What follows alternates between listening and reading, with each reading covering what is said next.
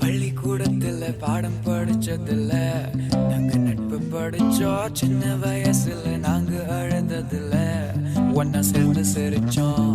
காசுக்கு ஒரு பஞ்சம் வந்தாலும் பாசத்துக்கு